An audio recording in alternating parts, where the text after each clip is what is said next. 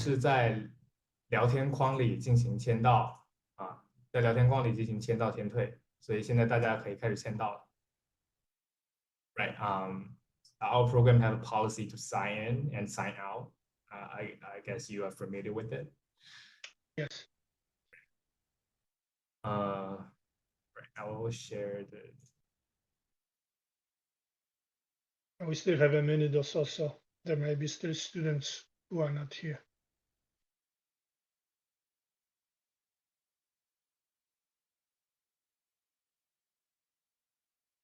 Good morning, students. I hope everyone is well. Let's wait a minute or so, okay?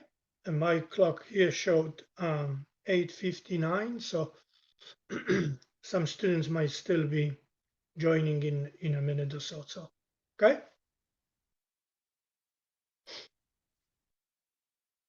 Now it shows 9, but still let's just give a minute or so. I hope all of you are well. I also hope that you are already working on the assignment, and or perhaps you have already finished working on the assignment. I don't remember the due date, but I know it's coming up very, very soon. It might be Sunday, I can remember. If you haven't looked up the due date, it's almost past time to do so. So I'm hoping that you already know what the due date is and you have selected the program. Speaking of the program, as we are waiting for perhaps a few others to join, I just lately have been exploring a program called Canva, C-A-N-V-A, C-A-N-V-A, Canva. If you just Google Canva, you should be able to find it.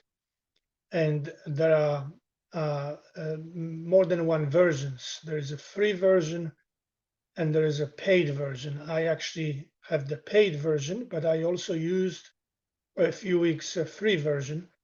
And among other things, it allows you to create a flyer, which is what you will be working on in this assignment. In fact, not only it allows you to, but you could actually pick from templates. You know, there are many different templates, including many templates for a flyer. So if you haven't selected a program yet, this may be a good one to look at. And it's very simple to use. You know, if you have used, you know, PowerPoint, Microsoft Word, PDF, whatever, you should be familiar somewhat with some features and figure out the other features because it's very simple. Okay. Okay, so that's really all I wanted to mention about the assignment, unless there are any questions about the assignment. Okay, I'll pause for a few seconds to see if there are any questions. You can either speak up your questions or type them, okay?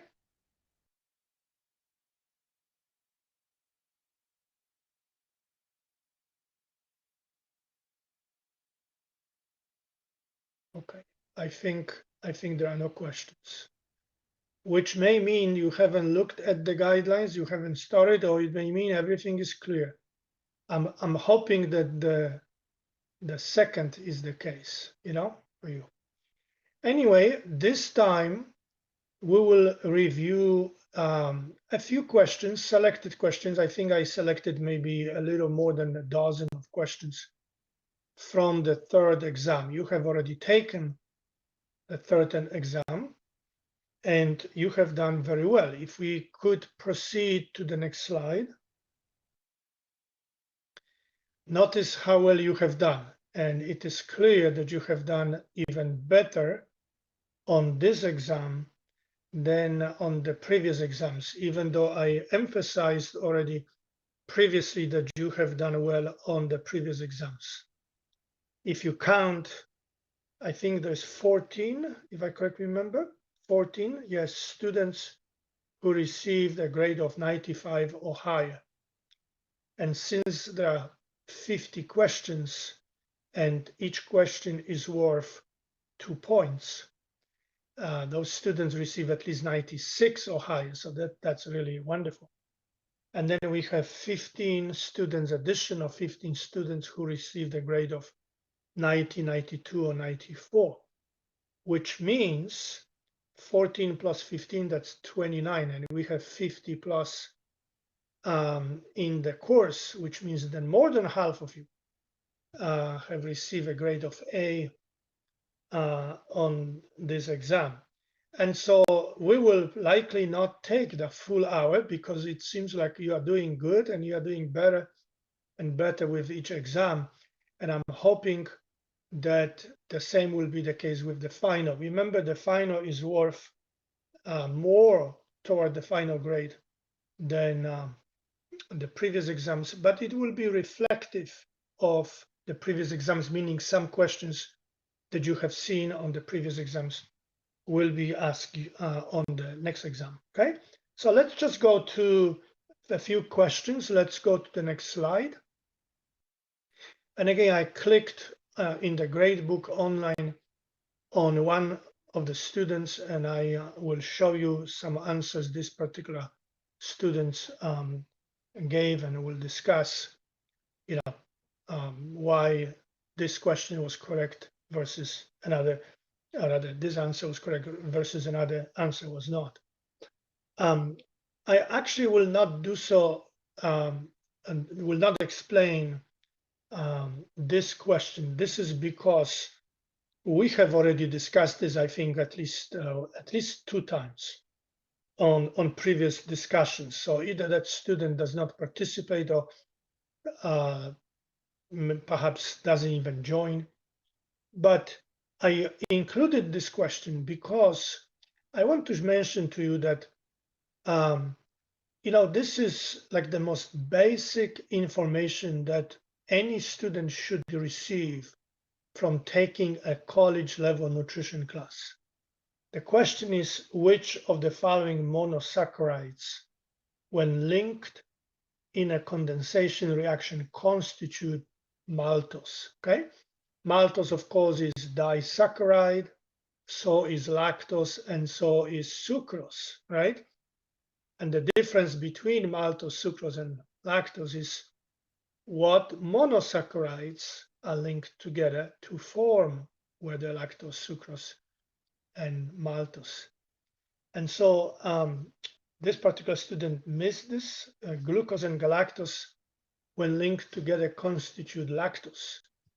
We have discussed this in more than one angle. For example, I mentioned to you that galactose is part of milk sugar, and milk sugar being lactose, right? Okay, and so maltose is not composed of glucose and galactose, okay? And this is one reason why some questions I repeat on more than one exams, because I want to do whatever I can to stimulate students to learn at least some of the most basic nutrition information, okay? Let's go into the next slide and the next question, okay? And again, this is one that we discussed. If I correctly remember, actually, it was on the previous discussion. Which of the following is not a function of water in the body? Okay, and water is kind of an underestimated nutrient. Sometimes it's not even mentioned as a nutrient, but in fact, it is an extremely important nutrient. There are even studies that show that inadequate intake of water was a factor in increasing the risk of cardiovascular disease, for example. But there are many others: kidney formation, kidney stone formation, headaches, and things of that nature. Okay, and so it is important to learn about water, and that's why there is a chapter on water and alcohol in the course book. And I briefly talked about water also in the lecture. And again, the last time I mentioned that water and fat do not mix together, you see? So water cannot really aid with fat digestion unless there is an emulsifier. Emulsifier being a substance that enables water and fat to mix together, you see? Okay, so again, briefly on this one because of the fact that we already discussed this. Okay, let's go to the next.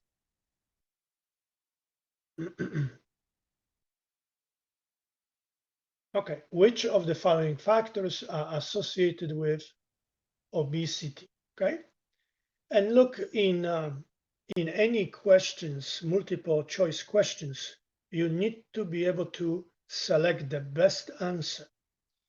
And we learned that snacking does contribute to obesity, okay? But we also learned that so does food technology, and so do governmental policies, okay? Very simple example. In fact, I talked in my lecture about the two factors that account for 35% of the supply of energy in foods. And these factors have to do with food technology. Food technology have to do with the fact that we are able to process certain foods, okay? So for example, we can take soybean and derive or isolate from that soybean oil, okay? And then that oil can be used in making a variety of different things. And because, and this will be linked, the two last options here in this question, food technology and government food policies, will be linked in what I am about to tell you. Because the government subsidizes the production of soybeans, okay? The cultivation of soybeans. Subsidizing means it gives money.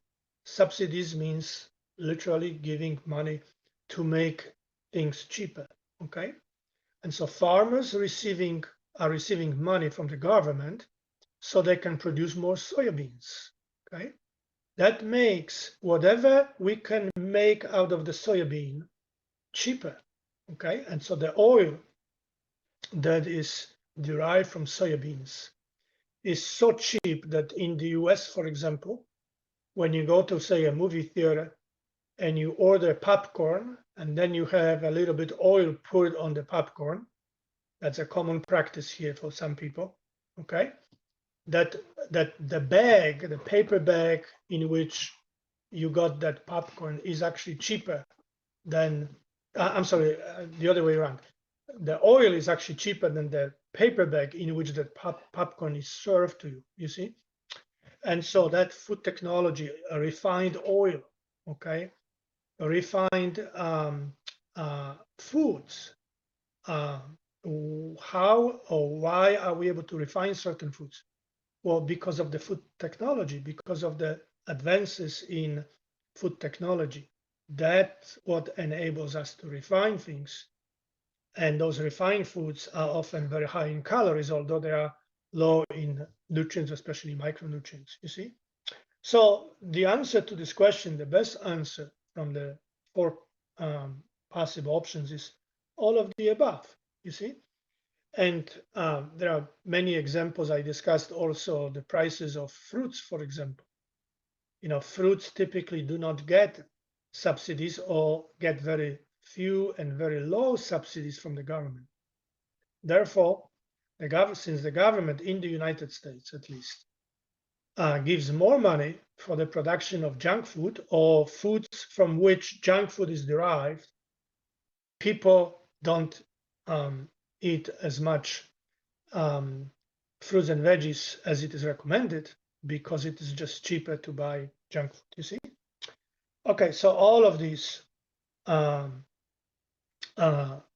important factors. If you would be interested in learning more about it, go to youtube.com and type how to become fat without really trying, okay?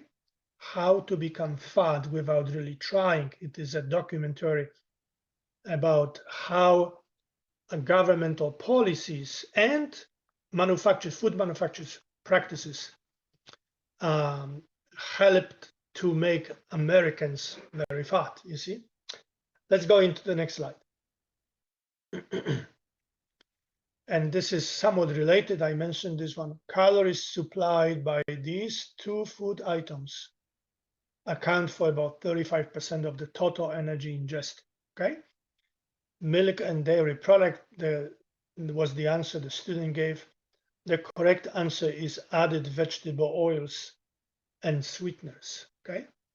And in the US, in the food supply, it was estimated that about 70% of the foods that are available in grocery stores have had high fructose corn syrup added to them. Okay, high fructose corn syrup being a sweetener, again, that we are able to produce because of the advances in food technology.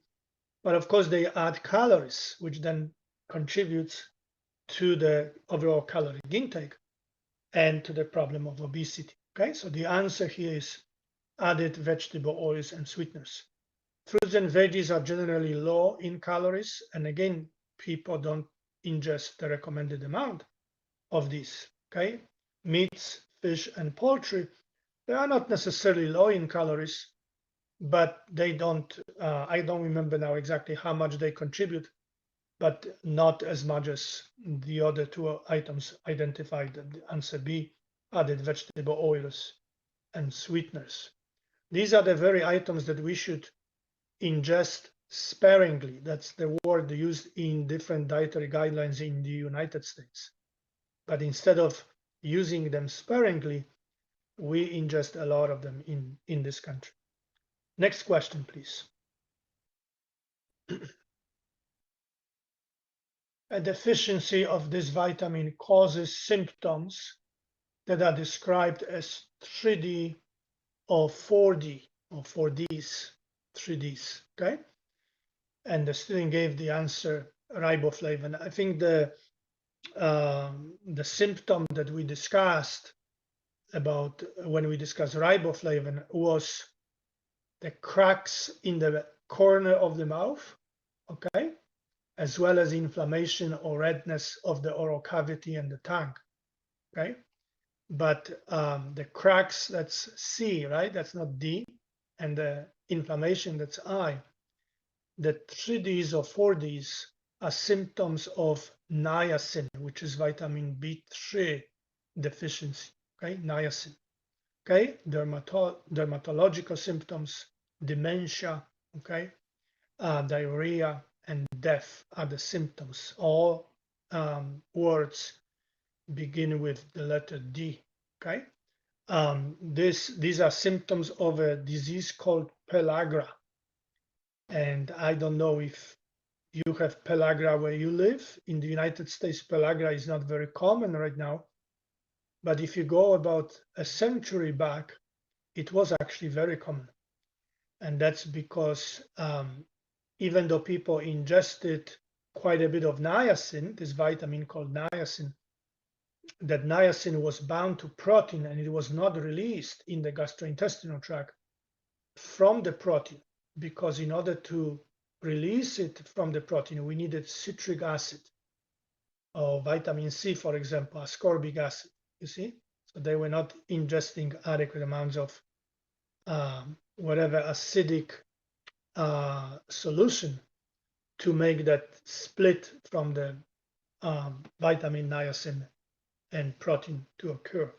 So the answer to this question is niacin. Niacin deficiency, again, causes pellagra, and the symptoms include either 3Ds if you don't include death, but eventually, if not treated, pellagra may cause death. So that's the 4 or 4th D.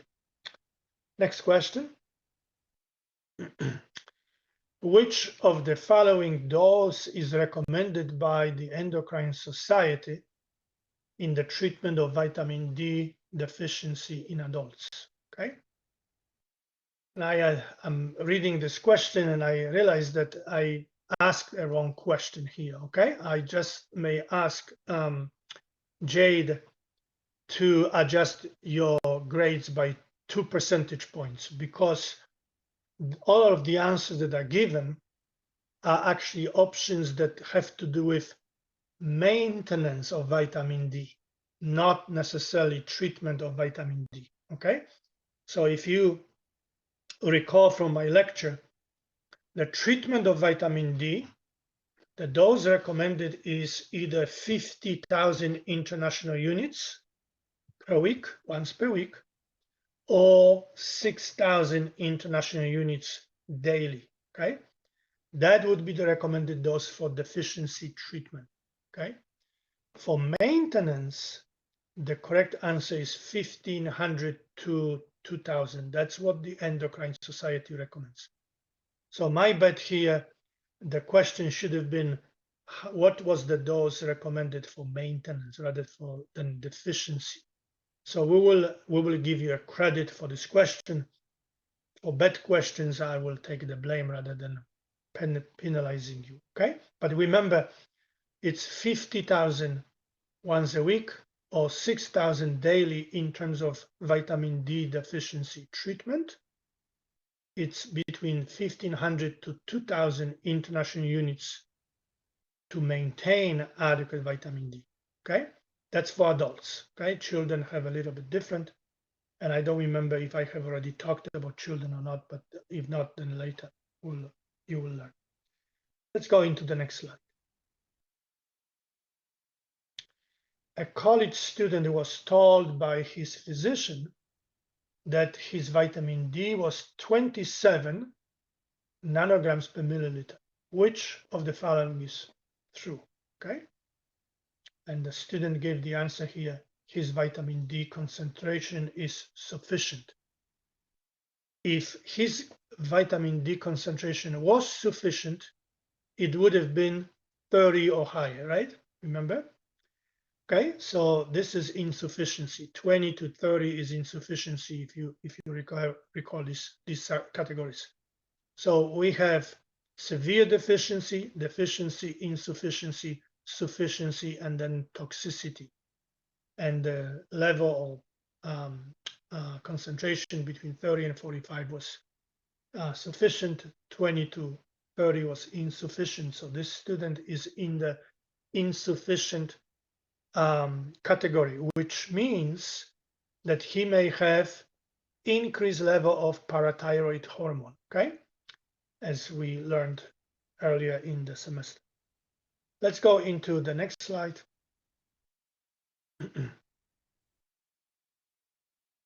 Which of the following correctly describe the progression of vitamin A deficiency?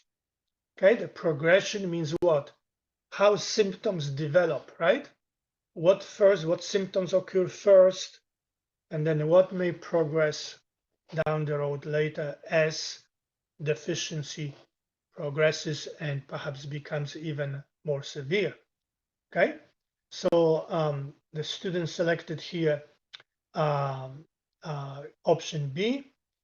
Xerophthalmia is here listed first, and then night blindness and keratinization. So in my lecture, and I think also in the course book, I stated that the first symptom of vitamin A deficiency is night blindness. Okay, so if you just knew that, there's only one option here that has night blindness listed as the first symptom. Night blindness is the first. Night blindness again is what? Is not being able to adjust to the low or dim light or no light, you see?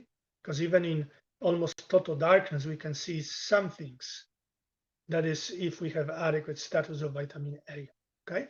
On the other hand, xerophthalmia, okay, is the very last symptom. Xerophthalmia is when you have complete hardening of the cornea and blindness, a condition that is not reversible. That's the very last symptom. And of course, keratinization, which is also hardening, is kind of in between. But keratinization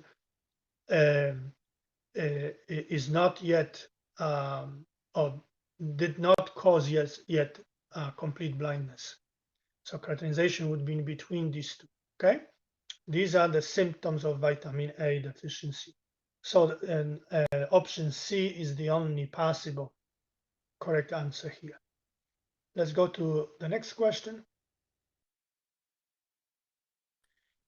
Foods such as kale and Swiss chard are a good source of which of the following nutrients? Okay, and the student selected here protein. They do contain some protein. Almost all foods contain protein, but they are extremely high in vitamin K.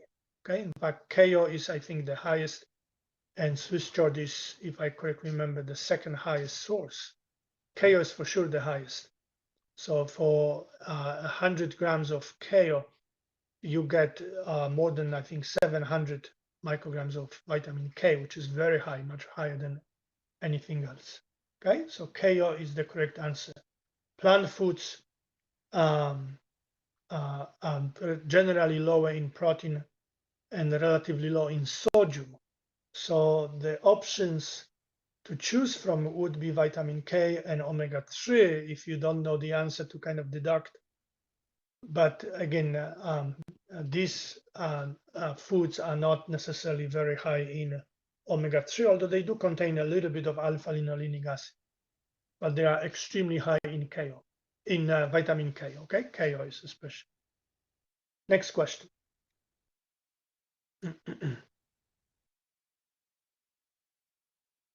Which of the following correctly describe the impact of vitamin E supplements on cancer risk? Okay. Vitamin E supplements on cancer risk. Okay. The student selected D. They effectively decrease the risk of most cancers. Okay. So this would be the case if we are talking about ingesting vitamin E from foods.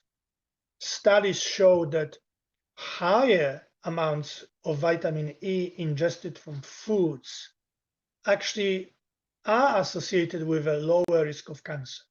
Okay, but studies also showed, very good studies, large studies, several studies, not just one or two, that vitamin E supplements have the opposite effect.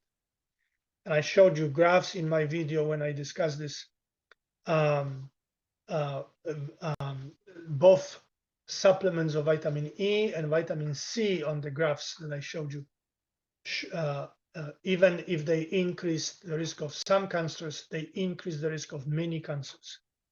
And so this is one reason why the recommendation in regard to antioxidant vitamin supplements is that we should not be using them for cancer prevention. Why we should not be using them for cancer prevention? Because they do not decrease the risk of cancer. They actually may increase the risk of cancer. We don't know quite exactly the reason, but that's what the studies showed us, okay? So option C here is the correct. They increase the risk of prostate cancer. That's what we have one of the best data for. Okay, we have also data on a few other cancers, but the best data that is available has to do with actually prostate cancer. Okay, let's go into the next slide. From the following individuals, who is likely to have the highest risk of vitamin D deficiency? Okay, and here the given answer by the student is a Hispanic American college baseball player. But the correct answer is the next one, an African American college football player. Why is that so? Well, we learned that skin color is a risk for developing vitamin D deficiency. Okay, the darker the skin color, the higher amount of time that we have to spend in the sun to develop vitamin D. Okay, and African Americans or people with dark complexion have higher risk for vitamin D deficiency. They have higher prevalence for vitamin D deficiency. And on top of that, notice that option D says an African American college football player. Now, you may not relate to that, although I think in Taiwan you do play football, don't you? Maybe not. I don't know. I know you play softball. Okay, I remember watching Olympics, and if I correctly remember, there was actually a team from Taiwan. Anyway, the reason why I point out football player, because we are not talking soccer. Okay, football in the US is a little different, and oftentimes football players are pretty much covered with whatever gear to protect them. Okay, so they have very little, maybe only forearms, and that are exposed to the sun rays. Okay, but this was not the primary reason. What I was hoping you would remember from what I shared with you in the lecture is that the skin color is important. So if you have very pale looking skin color, you will be exposed to sunburns often. I have a colleague from Poland, a scientist who came to the United States here to where I live in June. And the first thing that I did the first day was I gave her a tour of the campus. Well, it was about 34 degrees or something like that outside. And we walked a little bit and I noticed how her skin was becoming redder and redder and redder as we walk around the campus. And I realized that, okay, we need to spend a little bit of time inside, because I didn't want her to be burned completely. And her skin color was very, very pale looking, okay? So the opposite kind of effect, okay? So when you have a darker skin, you will need longer sunshine exposure. And I showed you data actually that shows very clearly that Black people have higher risk for vitamin D deficiency. Let's go into the next slide. Which of the following is correct? Okay. And option A says vegetarians who consume adequate variety of foods ingested similar protein quality as non-vegetarians. Option B, vegetarians ingest adequate amounts of protein, but the same is not true of vegans. And option C, vegetarians are at a high risk of protein deficiency as plant foods are not a good source of protein. And option D, vegetarians should ingest protein supplements. Okay, so you can see here the option that the student selected, option C. But in reality, I quoted from professional organization that showed, or they stated, that if vegetarians and or vegans ingest adequate variety of foods, okay, the exact phrase was complementary protein, complementary mixture of protein. That complementary mixture means variety of foods. So you have soybeans, you have other beans, right? You have nuts, you have grains and stuff like that, okay?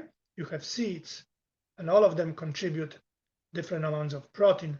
You get the same quality of protein as if you ingest a burger or whatever other animal source of protein, okay? In fact, I don't remember if I mentioned this in my lecture, but there are no studies that documented protein deficiency among vegetarians. None, zero. Why is that? Because vegetarians typically do not have a problem with ingesting adequate amounts and adequate quality of protein.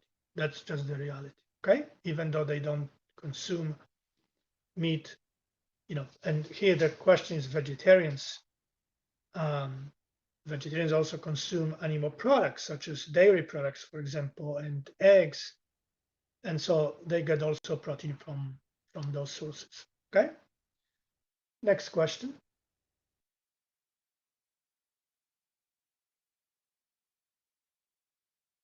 Okay, which of the following is likely least important in athletic performance? Okay, iron deficiency anemia was selected by the student. In reality, iron is absolutely essential for energy synthesis. Okay, individuals with iron deficiency anemia experience lack of energy. Right? They are lethargic, meaning they have no energy. They're sleepy. They want to sleep all the time because they have no energy to function. So if you're an athlete and you need energy, whether you are running or whatever you're doing, right? You need energy if you are an athlete. Okay. You need to make sure that you have all the nutrients that are necessary for energy synthesis. And iron is absolutely critical for that. Okay. Glycogen depletion. Or glycogen is the storage of glucose in the body, right? So if you are depleted in glycogen, means you don't have glucose in the body, and especially if you are a runner or cyclist, you would not have the performance that you would want to. Why? Because you would not be providing glucose that is essential for energy synthesis. Okay, dehydration. Okay, and the same thing. Your performance will definitely, not only physical but also mental performance will decline if you are dehydrated. Okay, so what doesn't have an impact on performance is vitamin D insufficiency or even deficiency. Okay, it just doesn't play any role in energy synthesis. Okay, all right, next question. Which of the following forms of vitamin A need to be activated in enterocytes? Okay, so 3 forms are active. They don't need to be converted, even though these forms may be converted into another form, but they themselves, whether we are talking retinol, retinal, or retinoic acid, are already the active forms. Okay, beta carotene is the vitamin A form that we obtain from plant foods. Okay, so if you ingest apricot or cantaloupe, or I'm not sure what fruits you may have available where you are, excuse me, but anything that is orange in color, carrots, for example, also green leafy veggies, they don't have orange color because there is another phytochemical called chlorophyll, which is a green in color, that overrides the beta carotene color. But nevertheless, green leafy veggies do contain beta carotene. So beta carotene, as well as other carotenoids, remember beta carotene is in the category of phytochemicals called carotenoids. All of them can be converted in the intestines, in the small intestines, into an active form of vitamin A. Okay, so which one needs to be activated or converted into the active form? In the enterocytes, enterocytes being the cells of the small intestines, okay, or intestinal cells, not just small intestinal cells, is the beta carotene. Okay, beta carotene needs to be converted, and we need about 6 units of beta carotene that will then, when converted, make up 1 unit of one of the active forms, retinol, retinal, retinoic acid. And we have, I think, one more question. Okay, and this one has to do with food safety.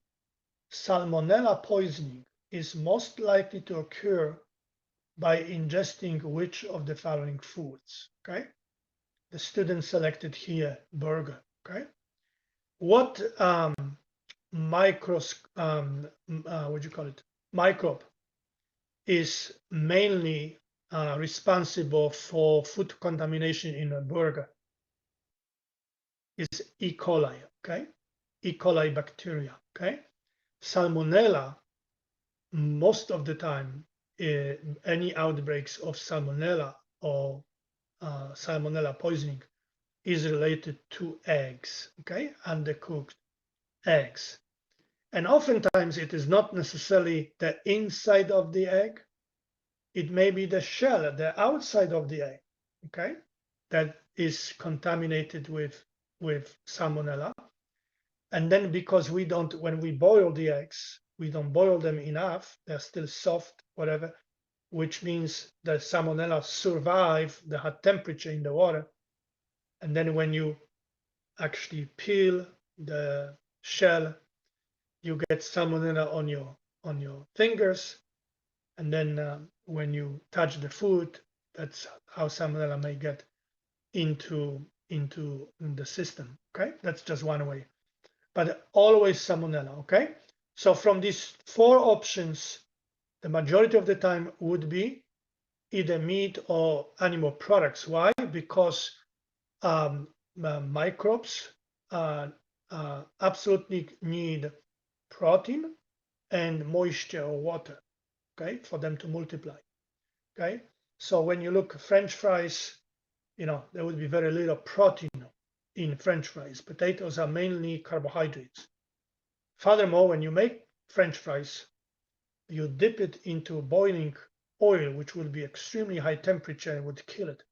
Okay, broccoli, again, there will be moisture, but not necessarily much protein in broccoli.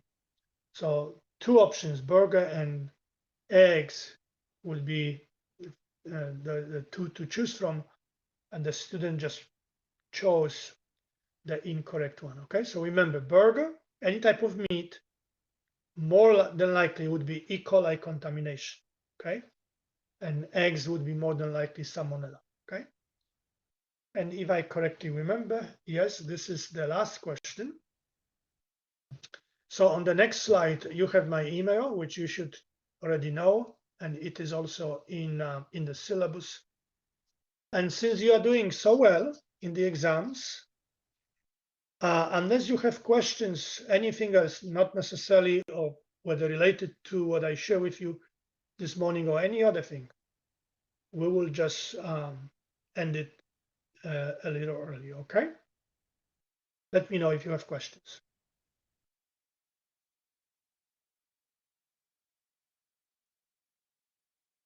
Well, look, keep up the good work. I'm really very pleased with the grades.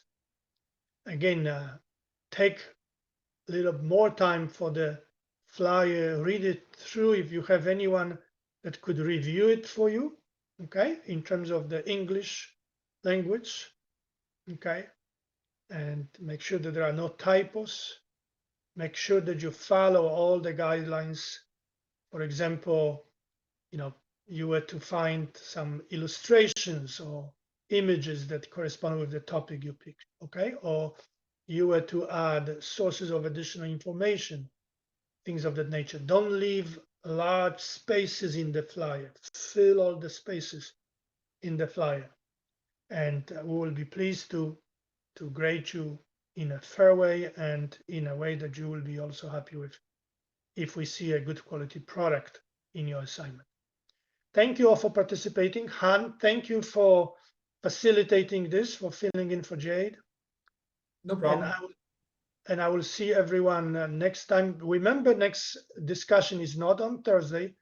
It is on Tuesday, okay? It is also 9 a.m. my time, which may be 9 or whatever time in the evening your time, but it is on Tuesday, not on Thursday, okay? Thank you all. Thank you. I'm about to announce the sign out. 同学们一定要在聊天框里签退哦，要不然就会算大家至少是半勤哦，所以一定要签退哦。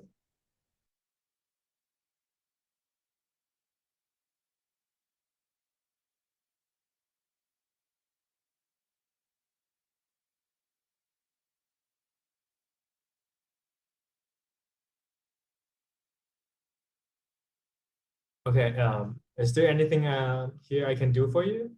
Or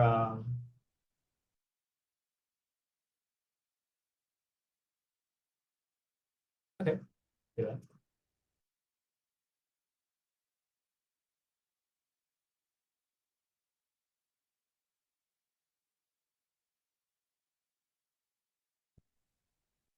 同学们一定要记得签退再退出会议哦。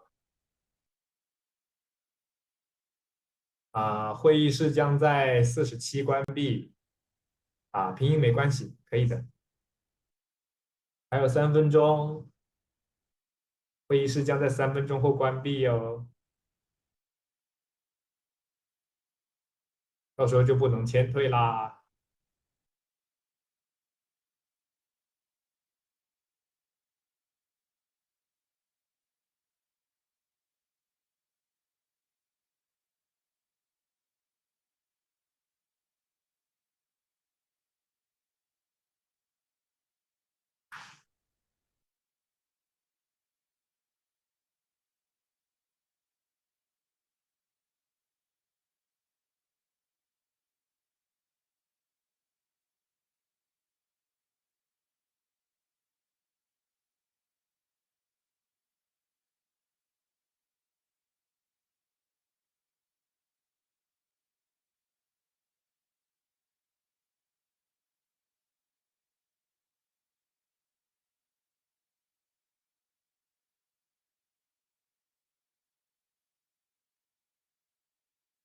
还有几位同学，我们的会议室马上就要关闭啦。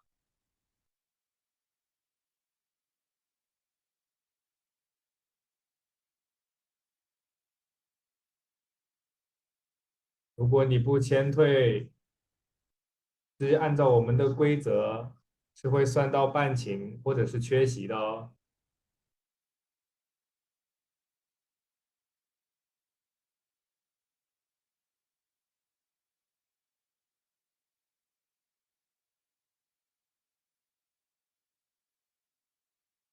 我们还有2分钟就要关闭会议室啦。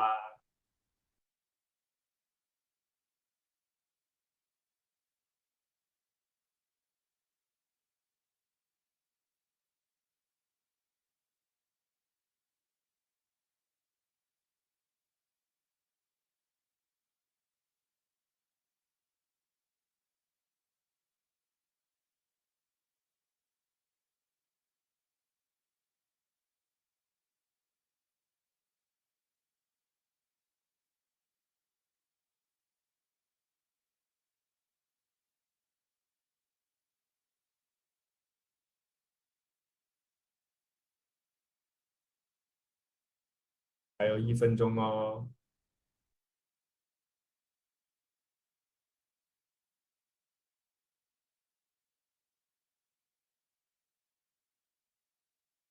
马同学、张同学、罗同学、王同学、邵同学、汪同学，还有另外一位张同学。